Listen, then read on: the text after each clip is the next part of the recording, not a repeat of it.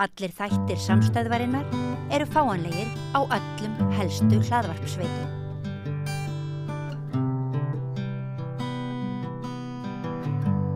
Já, við ætlum semst að hefja þennan þátt á umræðu pólitík. Það nú bara býsna gaman að spá og spekulera í pólitíkinni núna, hvort sem umræðir okkar innanríkismál eða á alþjóðavísu.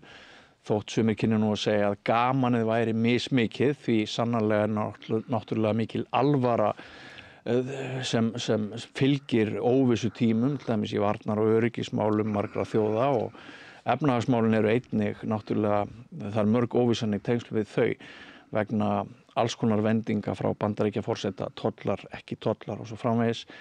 Hvernig mun þetta hafa áhrif á okkur?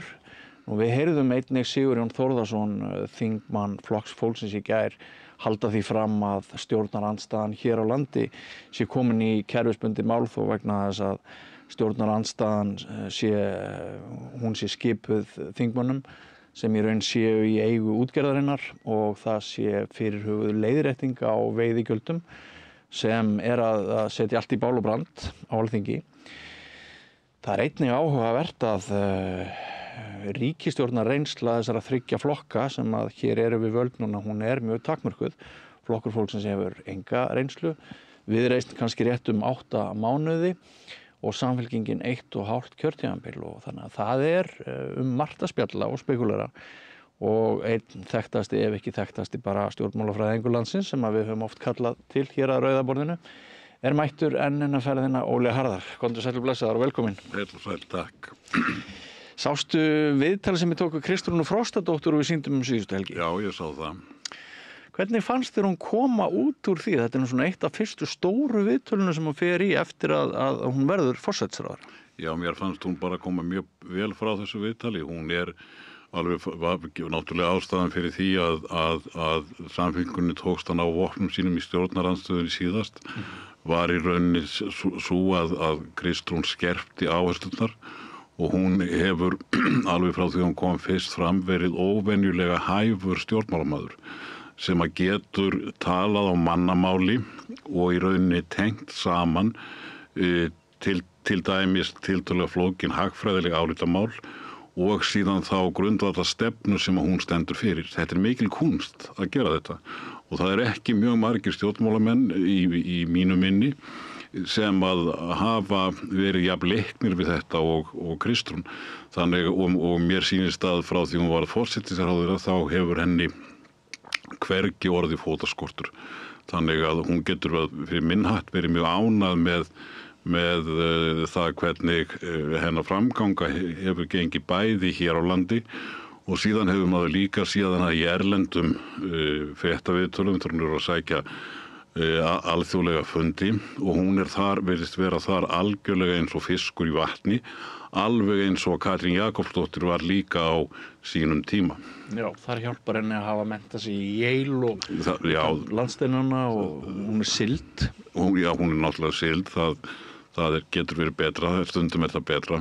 Já, þú segir hún sé óvenju hæfur pólitíkus. Ég man líka þegar þú sagði við mig fyrir nokkrum árum þegar ég var að vinna á Fréttablaðinu og hún var þá svona að ryðja sig braut, að hún talaði mikið hugmyndafræði og það væri ekki endilega algengt á meðal íslenskra stjórnmálaleiðtoga svona á seinni tíma. Nei, það ekki mjög algengt, það að vísu, en það þó enn sjaldgæfara að menn geti tengt málum dagsins við þá hugmyndafræði sem flokkurinn stendur fyrir. Það auðvitað margir leiðtogar sem reyna þetta og ýmsir til að mynda foringjar Sjálfstæðisflokksins hafa reynt að tengja saman sem sé málefni dagsins og síðan grundvallar stefnu flokksins. Mér finnst bara, og ég eiginlega sá það bara strax þegar ég sá hana Kristrúnu fyrst, að þá sagði ég við sjálfan mig og aðra, þarna komin manneskja sem á eftir að verða formaður í þessu flokki. Það var eiginlega bara augljóst á hennar fyrstu skrefum. Já. Heldur það veiti ekkert af því núna vegna þess að að við fundum svo sem snemma fyrir því eftir þessi ríkisstjórn tók til starfa að henni yrði sýnt mjög mikið aðhald af hálfu sumra fjölmiðla og það er svo sem margir sem að segja ansi mörg álitamál eða hneykslismál hafi komið upp og flest kannski tengd flokki fólksins. Heldur hún hafi verið vakin og sofin dag og nótt í því að svona lægja öldur og koma þessu saman? Já, það er nú venjan með forsætisráðherra að þeir hafa nú ekki mikinn tíma fyrir annað en vinnuna. Ég nú, auðvitað hefur þetta tekið einhver tíma en til dæmis þessi hneykslismál sem þú nefnir sem eru nú væntanlega þá málið með ríkistyrkina, styrkjamálið svo kallaða og stóra skómálið og síðan afsögn Ásthildar Lóu. Ég held að ekkert af þessum málum valdi ríkisstjórninni neinum sérstökum vandræðum og mér sýnist að hafi einhver ágreiningur verið innan ríkisstjórnarinnar sem að engin ástæða til að ætla að þá hafi tekist að lægja allar þær öldur. Þannig að fyrir mér eru þessi mál sem að sumir hafa verið að telja að muni reynast ríkisstjórninni mjög erfið. Fyrir mér eru þau svona dæmigerð mál sem að í rauninni bara stormur í vatnsglasi og í sporum ríkisstjórnarinnar myndi ég ekki hafa minnstu áhyggjur af þeim annað en að auðvitað hefur komið í ljós að ráðherrar fólksins eru dálítið óvanir og veit ekki alveg hvernig þeir eiga alltaf að haga sér í ráðherraembætti en það ætti nú að sjóast af þeim tiltölulega snemma og mun held ég ekki verða til neitt sérstakur fjötur fót. Það kemur mér mjög á óvart ef að íslenskir kjósendur ætluðu að fara refsa Ingu Sæland fyrir að hafa talað hvatskeytislega um skó og ömmubassins þó auðvitað hafa hún ekki átt að gera það. Sko, ég hef aldrei áður tekið viðtal við forsætisráðherra sem að horfir djúpt í augun á mér og segir það eru ekki mannréttindi að vera ráðherra, Björn. Og þarna hún Kristrún, sko, í þessu viðtalum síðustu helgi, hún í rauninni að tala siðbætur og mikilvægi traust og svolítið að erlendri fyrirmynd þá hún að tala fyrir því að ef það hafi fallið á traust, burtséð frá því hvort fólk hefur raunverulega eitthvað gert af sér ekki, bara það hafi fallið á traustið og trúnaðarsambandið á milli almennings og stjórnmálamanna sem á að vera gott í lýðræðisríkjum að þá bara beri ráðherra að víkja. Þetta gert ekki sammála mér? Þetta nýr tónn. Þetta óvenjulegt í íslenskum stjórnmálum. Það var nú lengi óvenjulegt að ráðherrar yfir höfuð segðu af sér. Það hefur orðið miklu algengara núna í seinni tíð. Og seint ef þeir gerðu það? Já, og seint ef þeir gerðu það. Hins vegar þá kom skýrt fram hjá Ásthildi Lóu að hún væri ekki að segja af sér ráðherraembætti vegna þess að hún hefði framið einhverja stórglæpi í tengslum við þetta mál Bass hennar fyrir áratugum. Heldur sagði hún að það væri fyrst og næst vegna þess að þetta mál og hvernig það hefði verið fjallað í fjölmiðlum og á samfélagsmiðlum að það myndi spilla fyrir henni í embætti ráðherrans þannig að málaflokkurinn myndi gjalda þess og hún mæti framgang málanna og gengi ríkisstjórnarinnar meira heldur en sin eigin stól. Og helsta dæmi sem ég man nú eftir að þetta hafi gerst áður með Guðmund Árna Stefánsson 1994 þegar hann lenti í verulegri ágjöf vegna einhverja embættisverka og hann segir af sér. Sjálfsagt eitthvað verið þrýst á hann en hann tók þá ákvörðun allt sjálfur og þá sagði hann að hann kannaðist ekki við að hafa framið nein veruleg eða nein afbrot en hins vegar þá væri þessi stormur farinn að standa honum og ríkisstjórninni fyrir þrifum og þess vegna segði hann af sér. Þetta mjög algeng ástæða ráðherra hér í nágrannalöndunum, bæði í Bretlandi og í Skandinavíu. Það að segja að þó menn segja af sér það ekki alls ekki endilega felur það alls ekki endilega í sér að menn sé að játa einhverja sekt þó stundum sé það þannig en ég held að þetta sé bara horfið til framfara. Bæði fleiri afsagnir ráðherra og líka að það komi afsagnir sem að eru gerðar með þessum hætti. Já. Sko, Þórður Snær Júlíusson þáði ekki þingsæti vegna gamalla synda sem dregnar voru upp í aðdraganda síðustu kosninga og nú það þetta mál.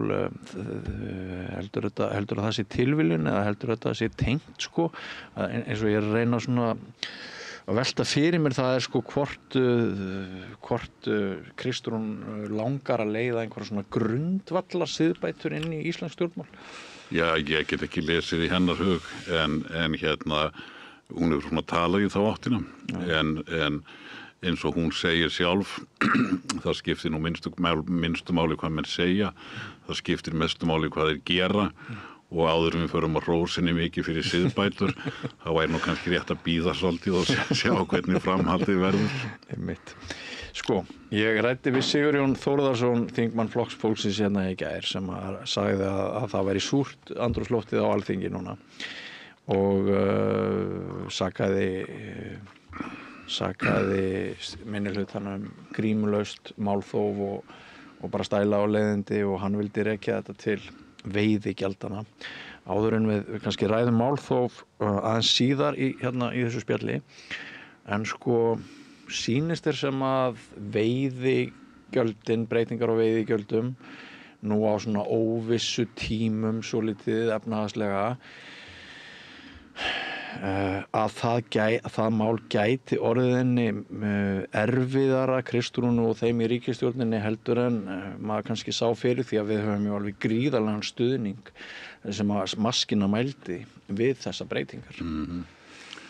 Ég hef enga trú á því að þetta mál verði ríkisstjórnin erfitt og ástæðan sú að það hefur verið ljóst í mörg ár að vilji mikils meirihluta þjóðarinnar hefur staðið til þess að gera breytingar í þá átt sem að ríkisstjórnin núna gera, þar að sé að hækka veiðigjöldin. Það kemur engum óvart að hagsmunaaðilar í sjávarútvegi gerir sig gildandi í því að segja að þetta muni setja allt á hausinn. Það kemur engum óvart að Morgunblaðið sem að útgerðarmenn eiga skuli vera á sömu nótum og það kemur engum óvart að Sjálfstæðisflokkur og Framsóknarflokkur setji sig líka á móti þessum tillögum. Það bara svona allt eins og venjulega en það hægt að gera verulegan hávaða en ég hef enga trú á því að ríkisstjórninni að þetta verði ríkisstjórninni erfitt. Ég held að þetta sé ef við maður bara hugsa út svo fylgi að þá sé þetta gott mál fyrir ríkisstjórnina og að meirihluti kjósenda, umtalsverður meirihluti kjósenda muni verða mjög ánægður með það. Ef að ríkisstjórnin keyrir í gegn, það hækkanir og veiðigjaldi sem hún hefur boðað. Allar kannanir sem ég hef séð benda í þá áttina. Heldur samegi við ferðaþjónustuna, þar verið að taka nokkrar krónur sem hafa ekki verið teknar og fólk horfir núna til þess að Bandaríkjamenn komi í minni mæli en áður og Bretar, mér skilst þessi töluvert fall þar sko og svona það óvissa vegna Trump og vegna alls og kannski fleiri sem halda sig heima svona lítil mál, gætu þau velt þunguhlassi? Mér finnst það nú ekki líklegt. En mér sýnist nú ef maður að við getum komið betur að heimsmálunum aðeins á eftir en ef við byrjum á því að afgreiða bara íslensku pólitíkina þá hún bara eins og venjulega.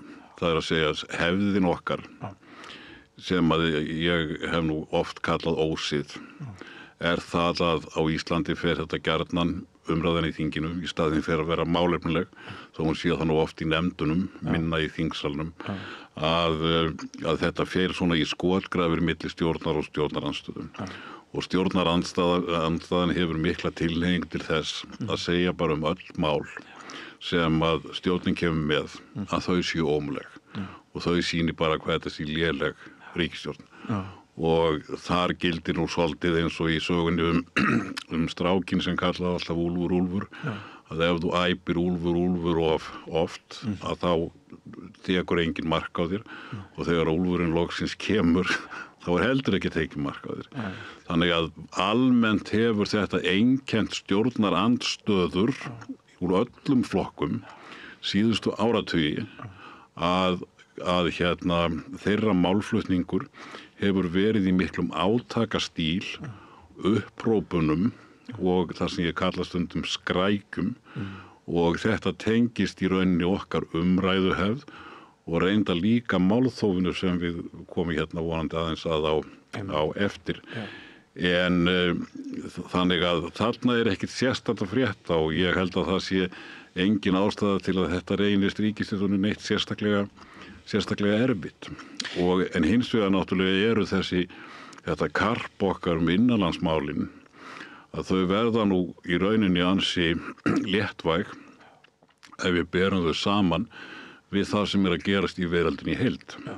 Það sem að verið að Bandaríkjaforseti að brjóta niður alþjóðakerfið sem að Bandaríkjamenn byggðu upp úr síðari heimsstyrjöld.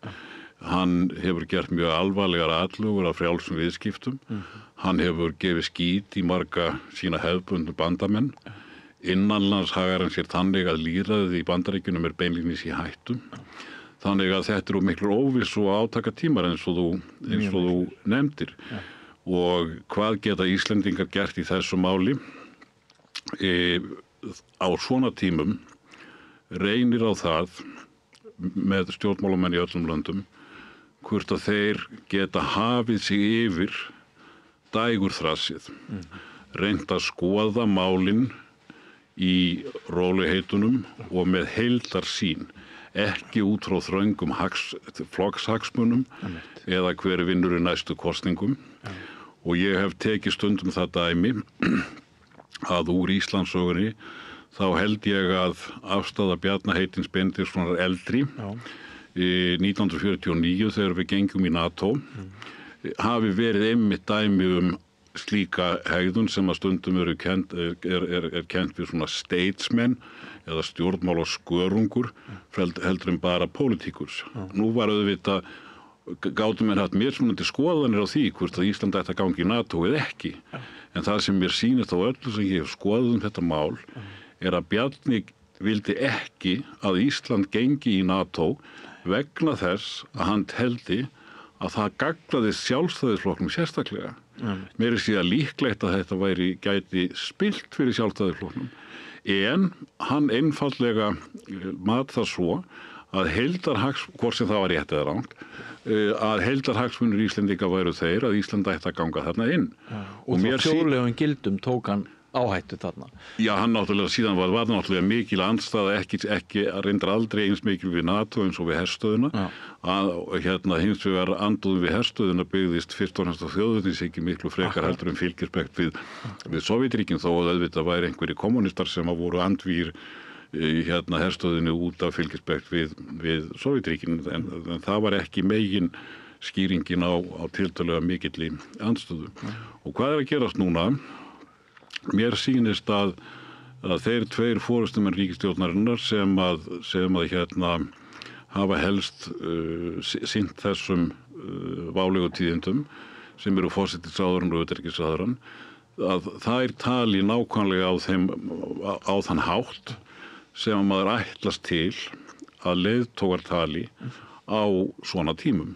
Og frá stjórnarandstöðinni, hún hefur kannski ekki tjáð sig mjög mikið, flestir og það hefur ekki komið fram mikill ágreiningur en þá að minnstakosti í þinginu viðbrögð Íslendinga en hins vegar hafa menn auðvitað tekið eftir því að fyrrverandi utanríkisráðherra og fyrrum varaformaður Sjálfstæðisflokksins Þórdís Kolbrún Reykfjörð Gylfadóttir, hún hefur talað með nákvæmlega sama hætti og þær Kristrún og Þorgerður og ekki verið að reyna að gera þetta að einhverju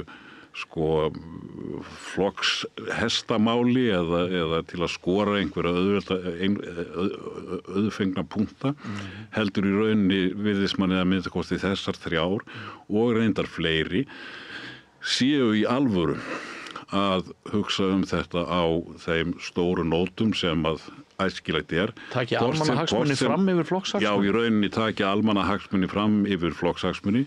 Síðan hins vegar má endalaust alltaf deila það hvort að niðurstaða þeirra sé rétt eða ekki. En maður getur ekki gert meiri kröfu heldur en þá að menn séu með almannahagsmuni í huga og láti flokkshagsmunina ekki ráða. Já, það fór einmitt í taugarnar á mörgum Íslendingum ef við ræðum það með Bjarna og hvernig hann Ben yngri og hvernig hann talaði bara í fréttaviðtölum, hann var fyrst og fremst að adressa sína flokksmenn hvað eftir annað, hann var að tala við sjálfstæðismenn þegar hann fór í fréttaviðtöl frekar en kannski allan almenning, þannig að þetta Svo ég ber nú blaka á honum, þá var það nú oft þannig, ef ég man þetta rétt, sko, að það hefur verið að spyrja hann akkur hann væri svona rosalega óvinsæll, af því hann var náttúrulega langan hluta af sínu ferli frekar óvinsæll stjórnmálamaður, þó hann væri hins vegar mjög farsæll varðandi það að hann hélt flokknum mjög lengi í ríkisstjórn og þá sagði Bjarni gjarnan eitthvað og þá veru sko að ég er óvinsæll hjá þeim sem að kjósa flokkin ekki. Ég er ennþá tiltölulega vinsæll með mínum flokksmönnum og ég sjálfur sér, ég myndi ekki að áfellast hann fyrir það eða að segja að þetta svör að þessu tægi sko séu til margum það að hann sé bara líka í þessu samhengi. Já, í bíli minnsta kosti. Já, en maður tók eftir því bara svo ég vitna aftur til þess að viðtala þess að líka það sem gengur vel hjá þeim í stjórninni, Kristrún nennti ekkert að ræða það, hún nennti ekkert að staldra við það. Það var bara áfram. Hún er forsætisráðherra á einhverjum mestum óvissu tímum sem að bara kallar eins og ég og þú höfum lifað frá lokum seinni heimsstyrjaldar. Já, við vorum nú ekki fæddir þá. Nei, við vorum það svo sem ekki, en við höfum alist upp í gott, við höfum verið á miklum friðartímum og öryggistímum og Íslandi hefur orðið alltaf vopni. Hlægilegast eða svona kaldhæðinast þegar kallar á okkar aldri eru farnir að sumir okkar upplifðu ræðslu við kjarnorkuvopn í Kúbudeilunni. Það var nú eitt af fyrstu svona alþjóðaváni sem ég man eftir. En núna getum við hort með nostalgíu til kalda stríðsins þegar að Sovétríkin og Bandaríkin sá og voru með þetta ógnarjafnvægi og maður hafði einhvern stöðugleika í veröldinni. En sko Kristrún áréttar að Bandaríkin séu, það hafi ekkert breyst. Þau séu ennþá okkar nánasti bandamaður með varnarsamningnum og þótt að sé hálfbrjálaða maður í Washington þá bara áfram veginn. Já, mér hefur heyrst að allir séu sammála þessu og þetta virkar sem eina skynsamlega afstaða Íslendinga. Á sama hátt virðist sko þó það sé settur þarna okkur 10% tollur sem þeir auðvitað bara vitleysa sem samt er búið að fresta það ekki 3 mánuði núna? Ég veit ekki maður veit ekki hvað gerist á degi til dags. Maður þarf að hafa skoðað þetta fyrir hálftíma til að vita hvernig það stendur en það að Ísland færi í einhverja refsitolla virkar algjörlega galið sko, það er að segja að er hérna illt er að espa óbilgjarnan og hagsmunirnir er ekki þeir að það væri skynsamlegt að fara í einhverja hörku við Trump á þessum tímapunkti. En hins vegar þurfum við náttúrulega að skoða þessi mál mjög vel eins og menn segja auðvitað á að reyna að viðhalda góðu sambandi við Bandaríkin og þau eru ennþá okkar bandamenn. Það er engin sérstök ástæða til að efast varnarsáttmálann þó að það sé kannski ekki alveg eins öruggt og einhvern tímann áður en auðvitað verða menn líka bara að hugsa sko hvað gera menn annað og það tengist náttúrulega sérstaklega þróunin í Evrópu og Trump hefur tekist að sameina Evrópu meira heldur en að hefur gerst mjög lengi. Honum hefur tekist að fá Evrópu til þess að taka varnir sínar miklu alvarlegar heldur en hún gerði áratugaskeið þegar að Bandaríkjarnir menn sögðu reyndar við Evrópumennina, þið þurfum ekkert að vera að eyða miklu í varnir, við munum sjá þetta fyrir ykkur.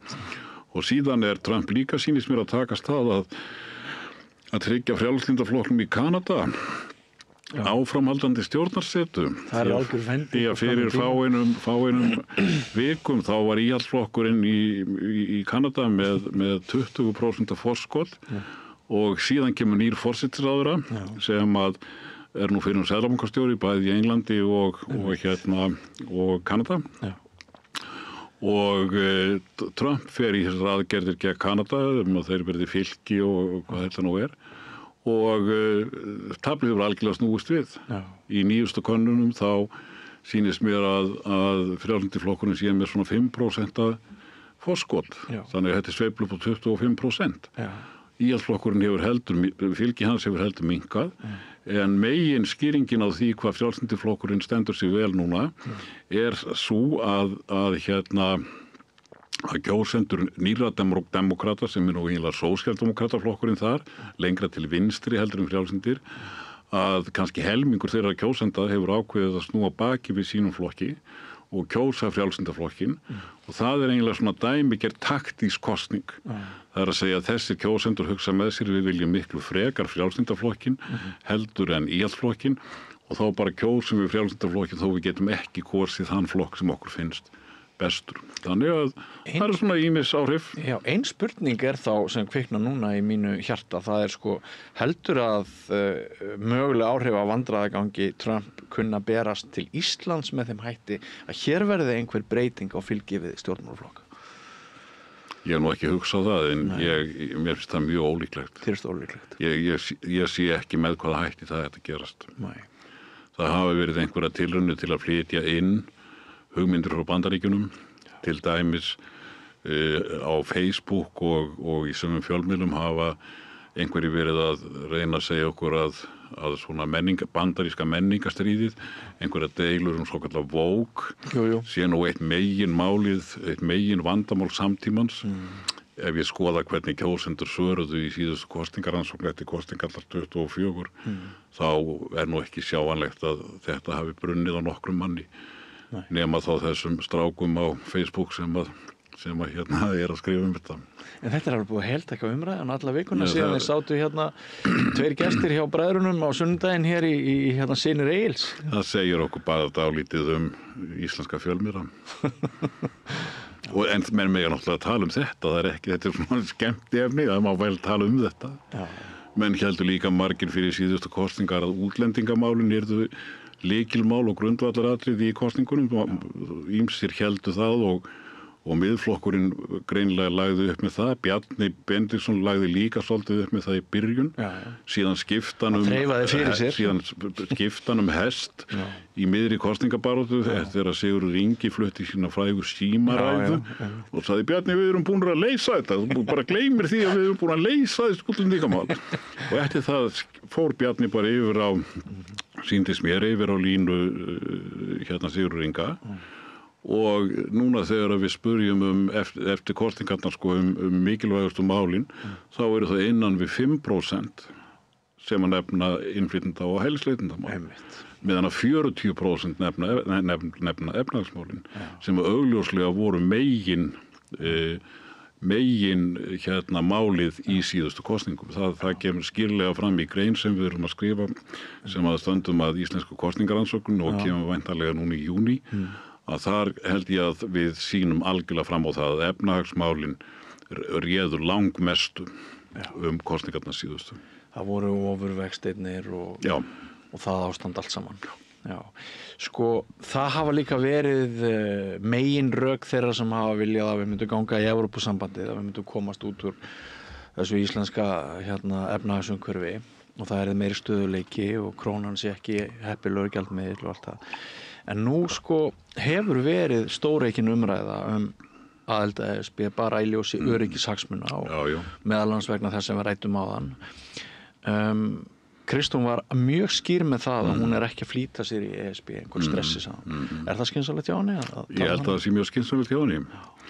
Ég held að það sé líka alveg rétt hjá henni að þó að við förum ekki inn í ESB, þá eru Íslendingar ekkert að vona völ. Nei. Þó að Íslendingar fari inn í ESB, þá eru þeir heldur ekkert að vona völ. Þetta, hvort að við erum betur komin inn í eða utan við, í rauninni bara álitamál. Og það bara eðlilegt álitamál og það sem skiptir eiginlega mestu máli fyrir þessa þjóðaratkvæðagreiðslu sem að verður í síðasta lagi 2027 að menn detti ekki í einhverjar einfeldningslegar skotgrafir, heldur reyni bara að ræða þessi helstu mál sem tengjast Evrópusambandinu með skaplega málefnalegum hætti. Hvaða líkur á því? Þú varst að lýsa Alþingi áðan einmitt þessum skotgröfum og þessari polariseringu. Ekki hætta á umræðan verið akkúrat þannig? Jú. En það verður maður ekki alltaf að vera Pollyanna. Jú, einmitt. Ég myndist á það að Sigurjón Þórðarson hann vék að því að nú væru breyttir tímar á Alþingi hvað það varðaði að minnihlutinn væri í brjáluðuskapi yfir veiðigjöldunum og ætlaði að beita mál þó við væri búin að beita því þingmenn hafa gengið út þegar umræða hefst og það svona svolítið að súrna þarna. Þú sendir mér í gær eða fyrradag vísindagrein sem þú hefur sjálfur skrifað og ég las hana yfir. Þetta er áhugavert hvað málþófi að vaxa fiskur hrygg í seinni tíð eða eitthvað. Má ekki orða það þannig? Já, sko það hefur eitthvað aukist. Já. En málþóf á Íslandi í rauninni miklu merkilegra fræðilegt fyrirbæri heldur en við kannski gerum okkur grein fyrir vegna þess að við erum svo vön því að málþófi sé beitt í þinginu. Mjög mörgum líkar það ekkert sérstaklega vel, en ég ekki viss að margir viti það að þessi tegund af umræðu, íslenska málþófið, einsdæmi. Þetta bara einsdæmi. Í Vestur-Evrópu. Og í Bandaríkjunum reyndar frægasta málþófshefð veraldarinnar, það í öldungadeildinni í Bandaríkjunum, kallað filibuster, þar sem að minni hluti þingmanna getur tafið mál nánast endalaust. Það að segja til þess að ljúka umræðunni, þá þurfti hér, þegar frægasta málið mannréttindalöggjöf Johnsons 1964, þegar nokkrir rasistar í öldungadeildinni töfðu málið í milli 500 og 600 daga. Já. Nei, milli 500 og 600 klukkstundir. Já, ok. Það að segja þó það verið klár meiri hluti fyrir málinu, að þá tókst þeim að tefja málið þetta lengi áður en að Johnson kom í gegn það sem kallað á ensku cloture vote. Það að segja að það atkvæðagreiðsla það að nú skuli umræðum bara hætt, þá venjulega eftir mjög langan tíma, og að það skuli gengi til atkvæða, þannig að meiri hlutin fái að ráða. Og fyrir rest var þetta samþykkt og þessi stórmerkilega mannréttindalöggjöf fór í gegn.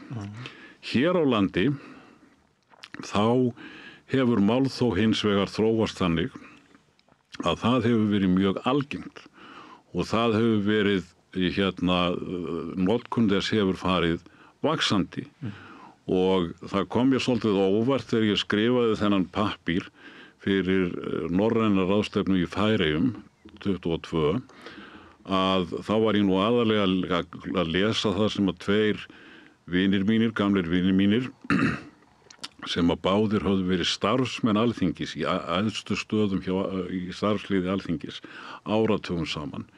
Helgi Bernódusson og Þorsteinn Magnússon. Þeir höfðu báðir skrifað svona fræðilega málþófið og verið með ýmsar mælingar á því og samanburði önnur lönd.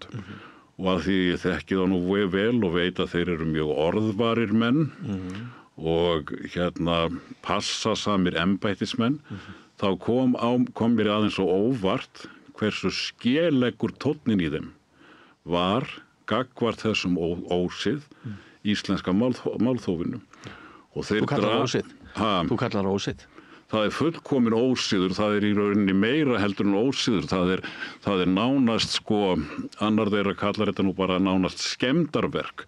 Það ekki notuð þau orð, en það eiginlega ekki hægt að skilja það á öðruvís en svo að þetta málþóf sé skemmdarverk sem að stórspilli bæði nefndarstarfinu í þinginu og í rauninni líka vandaðir í málsmeðferð á löggjöf. Og það nú kannski rétt að nefna þó að oftast þá tekst ekki að stoppa málin. En þau þá geta verið mjög lengi og það getur tafið það að einhver önnur þörf mál komist á dagskrá. En við höfum dæmi það að minni hlutin hafi getað stoppað mál með málþófi. Og dæmi sem ég man eftir að 2009 þá kom Sjálfstæðisflokkurinn í veg fyrir að meiri hluti Alþingis gæti samþykkt stjórnarskrárbreytingar fyrir kosningarnar 2009. Á tímabilinu 2013 til 16 þá kom minni hluti Alþingis í veg fyrir það að stjórnin gæti með formlegum hætti ákveðið að slíta viðræðinu við Evrópusambandið. Þannig að það endaði bara með því að Gunnar Bragi sendi einhverja nótu. Já. En oftast gengur þetta ekki. Hins vegar þá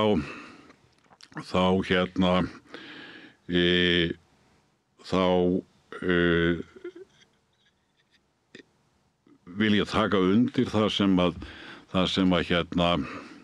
að Helgi og Þorsteinn eru að segja. Helgi nefnir til dæmis að málþófið það eyðileggi málefnalega umræðu í þinginu vegna þess að þetta verði bara leikur, bara kjaftæði, þannig að rökin með og móti týnist. Þetta geti meiri sé að styrt framkvæmdavaldið. Flestum myndu nú halda að málþófi væri ráð sem Alþingi hefði til að veikja framkvæmdavaldið, en Helgi færi fyrir því rök að það geti styrt framkvæmdavaldið í þeim skilningi að með því að beita þessari aðferð, þá stjórnarandstaðan að losa ráðherrana undan þeirri sjálfsögðu skyldu að gera almennilega grein fyrir sínu máli. Aukið ráðherraræði. Já, aukið ráðherraræði vegna þess að þegar að stjórnarandstaðan bara komin í málþóf í staðinn fyrir að vera með snarpar, stuttar og skilmerkilegar athugasemdir að þá drukknar allt í kjaftaðinu. Og þá dettur engum í hug þegar málþóf farið á stað að það standi eitthvað upp á ráðherran að fara að svara stjórnarandstæðingum í þannig umræðu. Í slíkum umræðum það líka þannig að allir stjórnarþingmennirnir þegja, þeir svara engu. Þannig að þetta bara innantómt eintal stjórnarandstöðunar og mjög skaðlegt. Þetta ekki líklegt til þess að auka traust á Alþingi. Þetta eins og Helgi segir spillir fyrir nefndastörfunum. Þorsteinn segir enda líka að hann tengir nú málþófið þessar íslensku umræðuhefð, þetta átakahefð sem við vorum að tala áðan, sem mjög ólíkt því sem á Norðurlöndunum. Á Norðurlöndunum náttúrulega aldrei málþóf. Og á Norðurlöndunum þá réttur þingmanna til þess að tala lengi miklu minni heldur en hér. Þar eins og Sveik sagði það verður að vera ægi í hernum. Þar fá menn að ræða ítarlega rök með og móti löggjöf, en þeir get ekki dögum saman verið að kjafta, endurtaka sig og þar fram eftir götunum. Voru samt ekki, Ólafur, einhverja breytingar gerðar fyrir nokkrum árum? Jó, það voru gerðar breytingar. Hér áður fyrir var það þannig að menn gátu talað nánast endalaust við að halda þessar rosalega löngu ræður. Svo var einhverju breytt í þingsköpunum held ég fyrir 2010 þar sem þetta var eitthvað meira takmarkað, og þá komu ný ákvæði þar sem menn gátu verið að beita öðrum brögðum að fara að tala um fundarstjórn forseta eða það sem stundum kalla hálftími hálfvitana. Þráinn Bertelsson. Eitthvað það Þráinn sem því miður alltaf mikið til í því. Þannig að þetta hefur alls ekkert skánað. En það sem merkilegast í þessu það að alveg síðan 1876 þá hefur verið ákvæði í íslenskum þingskapalögum það sem ég nefndi áðan, sem í Bandaríkjunum heitir cloture vote. Það að segja að það ákvæði sem þannig að þegar að umræður keyra úr hófi og það öllum ljóst að það bara málþóf í gangi, minni hlutin ætla bara að koma í veg fyrir það að meiri hlutin fái vilja sínu framgengt, að þá hægt að bera fram tillögu að umræðum skuli nú hætt og það skuli gengi til atkvæðagreiðslu. Sem meiri hlutin á hverjum tíma hlýtur alltaf að vinna, eða eitthvað? Já, ef að öðru jöfnum myndi maður ætla það að meiri hlutin myndi alltaf vinna þá atkvæðagreiðslu, en það sem merkilegast það á síðustu 90 árum, þrátt fyrir fjölmörg málþóf, þá hefur svona tillaga einungis verið borin fram í 4 skipti. Bara í 4 skipti. Það var 1937, 1947, 1949 og 1959.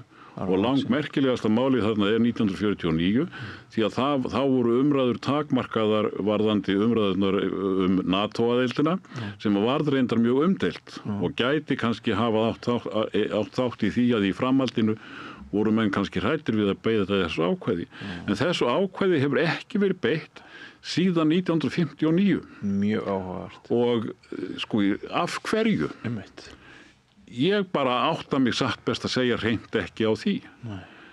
Menn hafa verið að velta fyrir sér hvort að það sé virkilega bara þannig að þegar að stjórnarmeirihlutinn á hverjum tíma stendur frammi fyrir því að hann komi ekki málum í gegn vegna málþófs fullkomlega ómálefnilegs málþófs stjórnarandstöðunnar að í staðinn fyrir að ákveða að hætta umræðun og ganga til atkvæða að þá séu þeir bara munið þeir bara eftir því að heyrðu á næsta kjörtímabili verðum við kannski komnir í stjórnarandstöðu.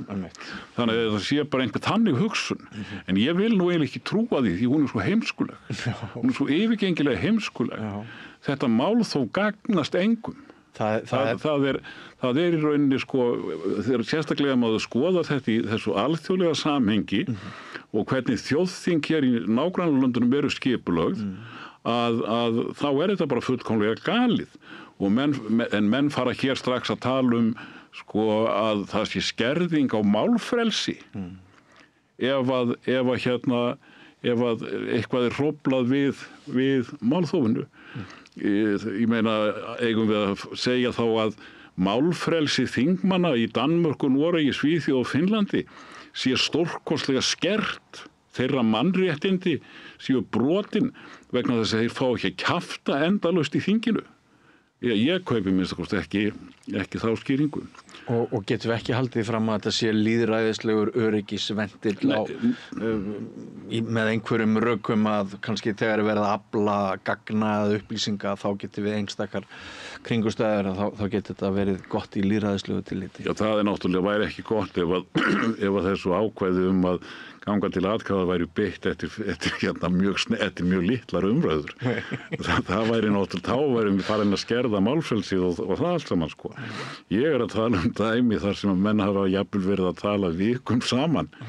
Eyðilagt þingstörfin, komið í veg fyrir að góð mál komist á dagskrá, í rauninni stuðlaða skipulagsleysi og óstjórn í þinginu. Ég sé að það sé ekki nokkur rök fyrir því en það hefur stundum verið litið á þetta sem svona tæki stjórnarandstöðunnar og hún hefur náttúrulega haft fá tækifæri í okkar kúltúr þar sem að venjan er svo að meirihluti ráði öllu og það sé aldrei hlusta neitt á stjórnarandstöðuna.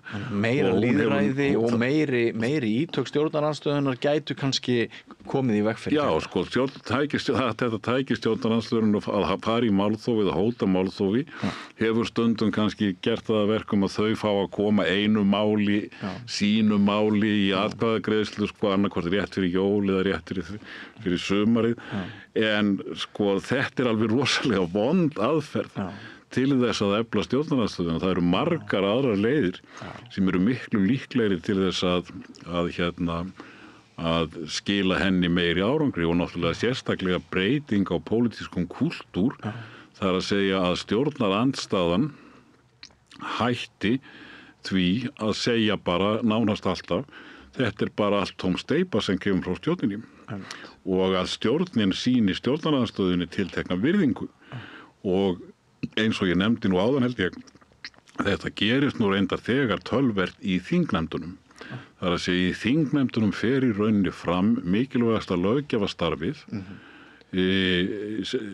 miklu frekar heldur en umræðurnar í þingsal þó að þær skipti auðvitað líka máli. Það er mikilvægt að hafa umræður í þingsal en til þess að þær verði skilvirkar og til þess að einhver nenni að hlusta á þær venjulegi kjósendur eða venjulegt fólk þá þurfa þær að vera sæmilega stuttar og menn verða að draga saman kjarnamáls ekki blaðra og blaðra klukkutímum saman lesa jafnvel upp úr skáldsögum eða einhverjum hugverkum bara til þess að tefja tíman það er ekki líklegt til þess að skapa virðingu fyrir þinginum þannig að ég tel að það sé afar mikilvægt að menn gangi í það að breyta þessu. Og núverandi ríkisstjórn, að því við vorum nú að tala Kristrúnu áðan, að þær segja valkyrjurnar, látum verkin tala, að ég myndi nú halda að það væri bara einstakt tækifæri fyrir þær að nota nú þann meirihluta sem að þær hafa í þinginu til þess að virkja þetta ákvæði um closure vote, að þegar að búið að röfla veiðigjöldin til dæmis í 2 mánuði og enga líkur á því að þeirra umræðu sé neitt að linna, að segja þá bara, heyrðu, við setjum þetta bara í atkvæði, nú greiðum við bara atkvæðum það að hætta þessar umræðu. Það eru öll rök í málinu löngu komin fram. Við viljum bara fá botn í málið og sem sé ákveðum að ganga til atkvæða og þá verður málið samþykkt. Sko, eins og ég var að segja, frá 1959 af einhverjum mér óskiljanlegum ástæðum hefur meirihlutann allan þennan tíma sko brostið þrek til þess að beita þessari nefnilega lýðræðislegu aðferð. Menn myndu auðvitað segja, heyrðu, það er rosalega ólýðræðislegt að fara að segja, heyrðu, hættum bara umræðinu og kjósum, okkur má ekki tala.